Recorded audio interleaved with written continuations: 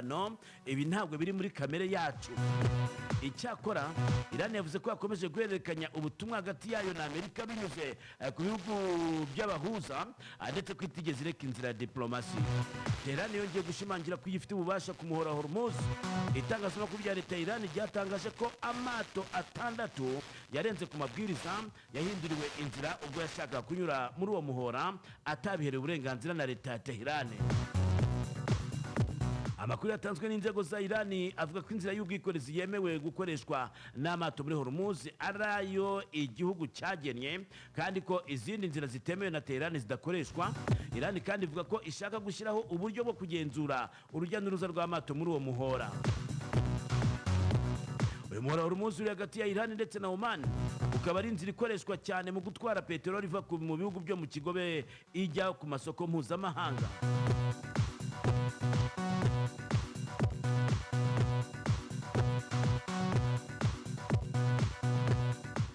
Mu gihugu cya Nigeria baratuka ko abantu 30 bishwe n'amabandi mu ntara ya Kaduna. Abantu 30 biciwe mu gitero cyagabwe mu mudugudu wa umwe wo muri leta ya Kaduna mu majyaruguru ashyira uburengerazuba bwa Nigeria. Kikaba cyaragabwe n'abantu bitwaje intwaro mu rukerero rwo kuri uyu wa mbere. Abayobozi muri aka gace bitwa Dogon Rana akaba yavuze ko abagabye igitero binjiye barasagura aho babonye hose banagenda banatwika amazu. Yavuze ko abantu 8 bari mu bishwe mu gihe abandi bantu 4 bakomeretse. Umuyobozi w'urubyiruko witwa Ishaya Dawa nawe utuye muri ako gace yavuze ko abagabye igitero binjiye mu mudugudu wa Naridon uherereye mu karere ka Kauru hafi ya saa 6 z'ijoro batangiye kurasa abaturage. Uyu Dawa akaba yavuze ko bamwe mu baturage bishwe mu buryo bw'agashinyaguro, avuga ko imirambo myinshi yajyanwe mu buruhukiro.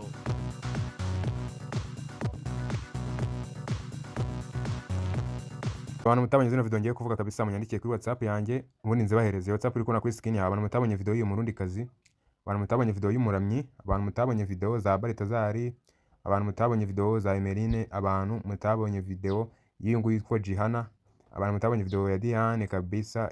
Izo video zose ndazifite. Abantu mutabonye video y'uriya mu Minisitiri w'Urubyiruko muri Uganda, umva n'izindi video nyine munzi z'abastari nk'uyu murundi kazi. Nawe ino video y'ideri gihanze vuba uyu nguyu uri kubona nawe video irahari. Izo video rwose mvuze nimba utarazibonye nyandikira kuri 07793417 ubundi nziguhereze tu. Ubundi ukande subscribe ubundi turye shoretse go duhurire kuri WhatsApp ukabisundi ngutemo. Inkuru tubonye guke makuru igihe.com.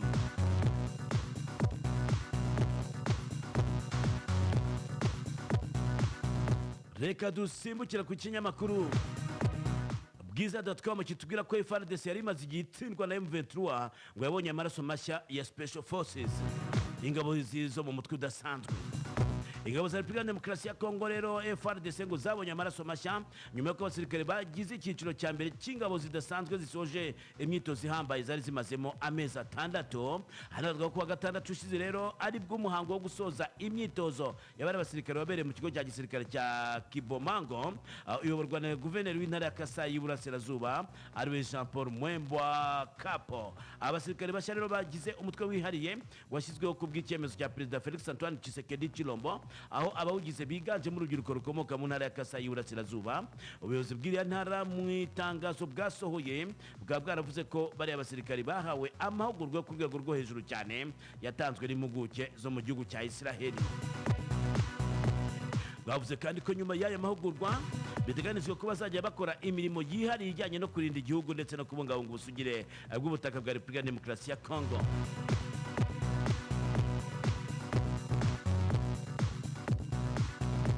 Dusibukiye gato iwarikare.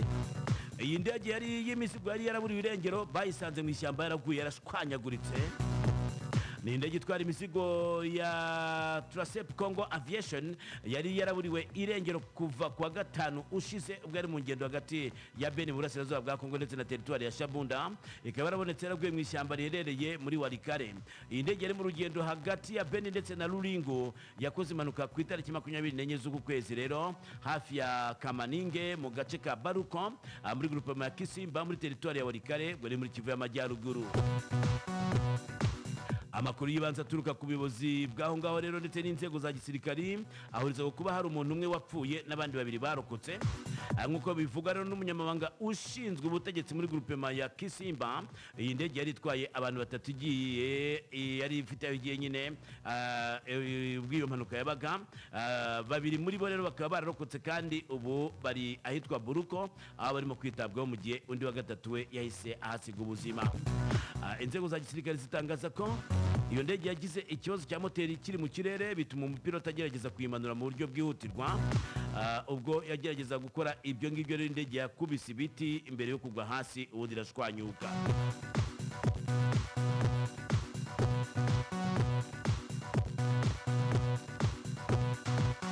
Tukiri muri Kongo, wa mu minisitiri wazari minisitiri w'ubutabera witwa Mutamba Constant Mutamba Ntungunga yongeye agarutsweho mu bitangazamakuru rero. Hano baravuga ngo yongeye kwigomeka ku rukiko anahishura icyo azakora niruramuka ari umukatiye urwo gupfa.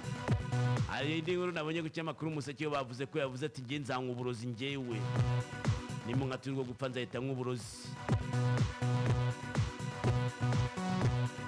Ni Constant Mutamba wabaye minisitiri w'ubutabera muri Repubulika Demokarasi ya Kongo wongeye kwigomeka ku rukiko rusesa imanza, atangaza ko atazongera kurwitaba kabone niyo rwamukatira igihano cy'urupfu.